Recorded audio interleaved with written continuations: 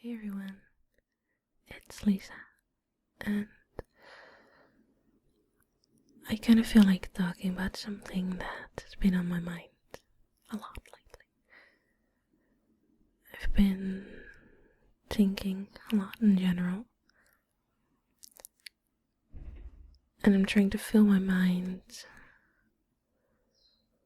with knowledge in a way. Especially when you're going through a tough time, it can be kind of hard to make sense of the things that you're thinking, the things that you believe about your life, about life in general.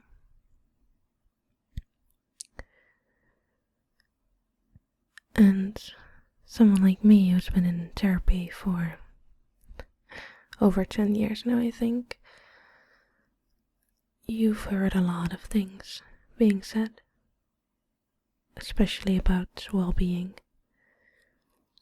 and happiness. When it comes to things like anxiety and depression and all the other symptoms that you might have, a lot of times you will hear that you should ignore it in a way. That you should just think about something else. Fill your day with activities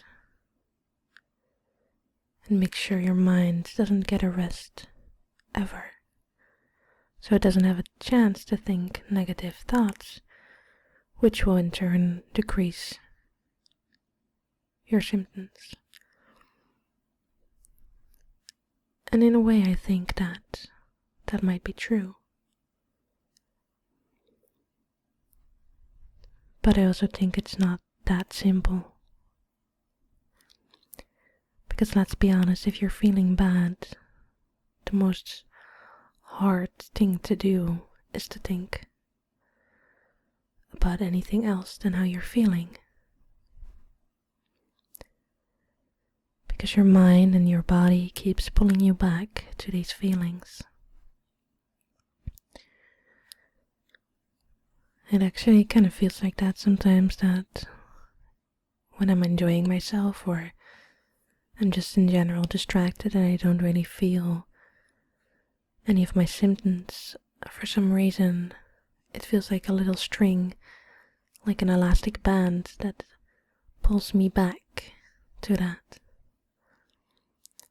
Kind of like a voice inside you that says, oh, wait, you're supposed to feel bad. What are we doing? Feeling good and all.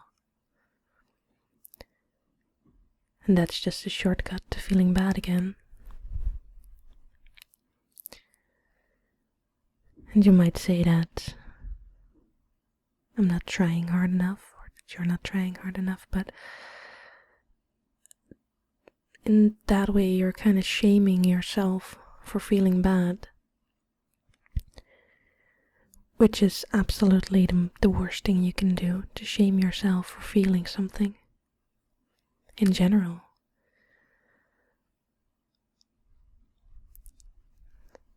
Because I also shame myself for feeling good. Because if you're so used to feeling bad, feeling good starts to feel bad, if that makes any sense. And I'm using the terms good and bad as if there's some separate things, and good is what should be achieved at all times and bad is something that should be avoided, but that's not true, and that kind of thinking I don't think really helps you. Even in other illnesses and sicknesses, they always say that you have to fight really hard, that you have to be strong, that you have to be unrelenting. But everything you fight is something that you keep there in a way. For example, if I tell you to think about a pink elephant, you're now thinking about a pink elephant, and if I tell you to push that image from your mind, just push against it as hard as you can, it will increase.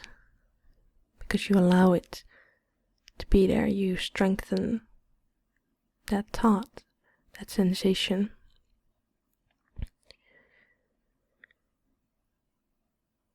And if with something innocent like that, you notice that that happens, you can start to realize that that's also what happens when you fight against something like a mental illness, or even a physical illness that you have a lot of negative thoughts about.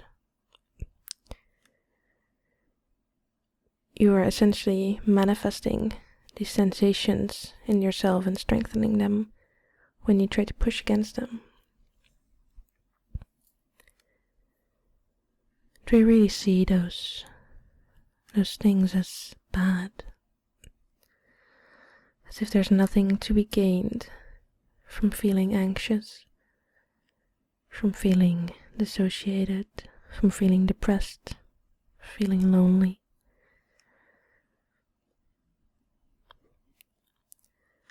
But I think there's quite a bit to be gained from that. And in my experience, it's all about contrast. If you've never experienced darkness, you can never truly experience light. So if you've never experienced being lonely, you can never experience being connected, being one.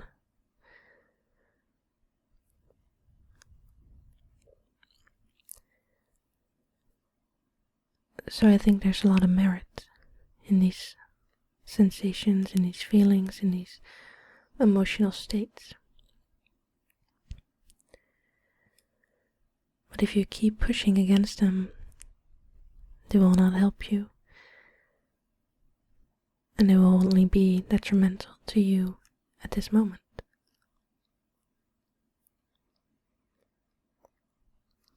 So what if you start accepting these things about yourself and don't try to fight hard for this goal that you have in mind, most likely happiness or peace of mind, and try to be with those emotions because they are telling you something. They're telling you something about your desires and what you want.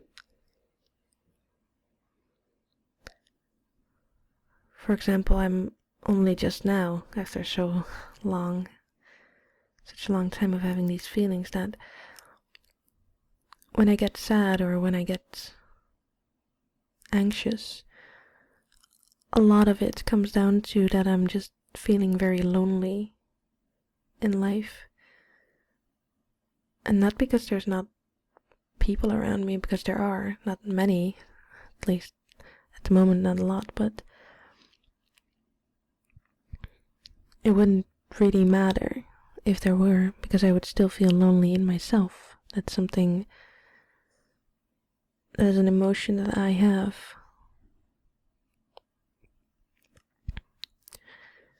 But it's good that I realize this, because then I can work with it instead of against it.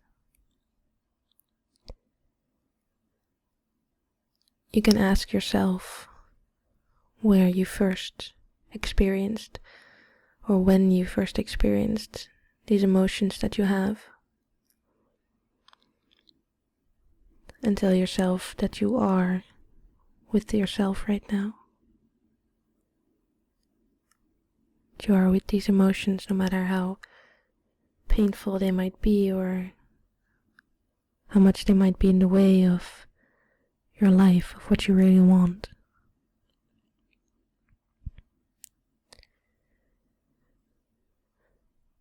And most likely your mind will try to come up with some sort of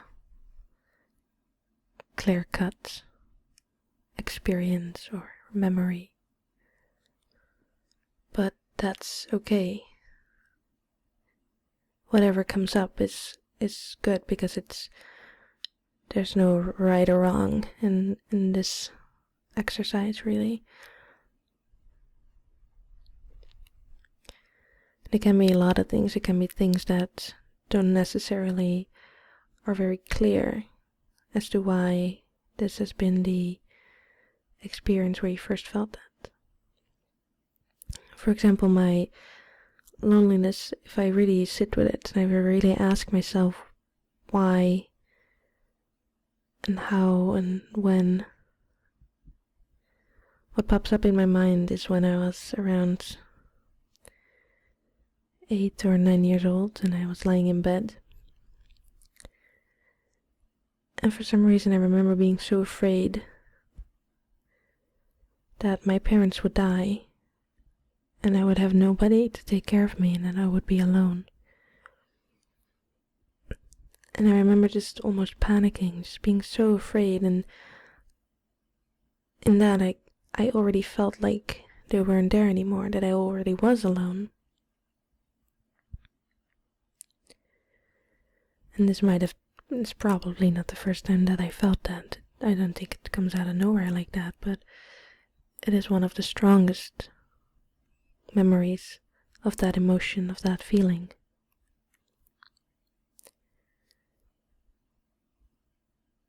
And in my mind, I could see myself as an 8-year-old girl lying in bed, just crying, panicking, just being so afraid and so lonely. And what I did is I imagined myself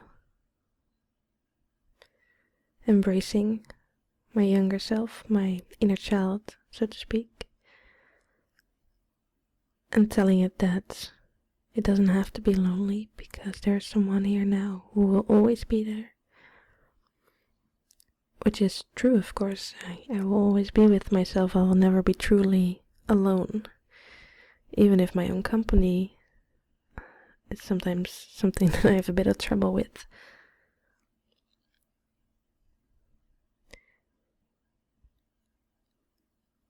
And I just cried my eyes out, but I felt good in a way too, because what you're essentially doing is you're healing this emotion that you have, and it will probably not be a one-time thing. It's not like I did this and now I'm 100% cured and I never will feel lonely again, but I do think that if every day or every other day I take a bit of time and I really am with my emotions and I really allow myself to question what I'm feeling and why I'm feeling and how I'm feeling and everything like that, and really dive into that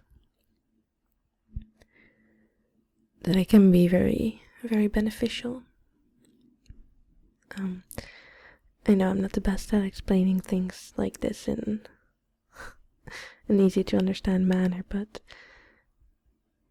I hope that it was clear enough, at least, for you to think about trying something like that. And I think it's especially helpful if you're someone who has trouble accessing their emotions and feeling their emotions. Someone who just goes through life and tries to push everything away and hope for the best, essentially. But honestly, I've never known someone that pushed their emotions away and didn't allow them to feel who was really happy, or at least at peace with themselves.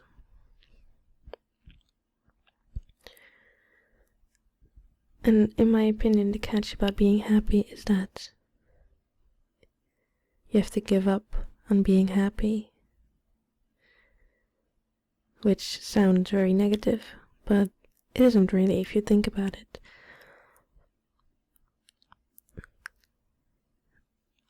A lot of times when you are in a point in your life where you're not happy with it, where you're not feeling how you want to feel,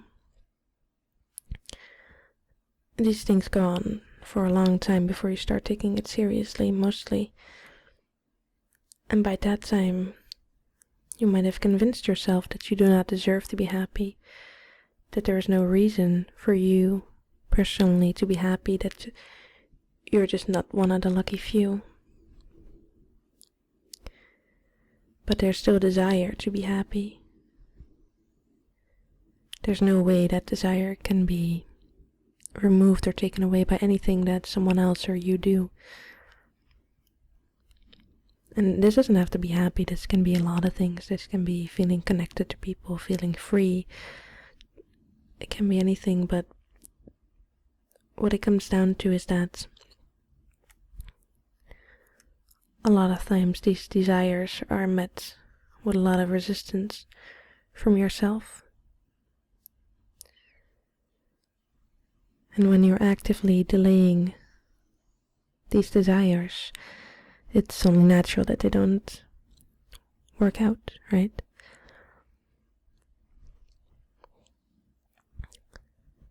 So once you truly go into what is now, what you feel now, and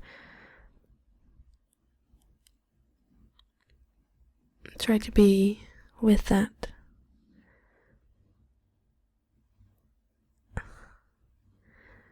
I think that's really important.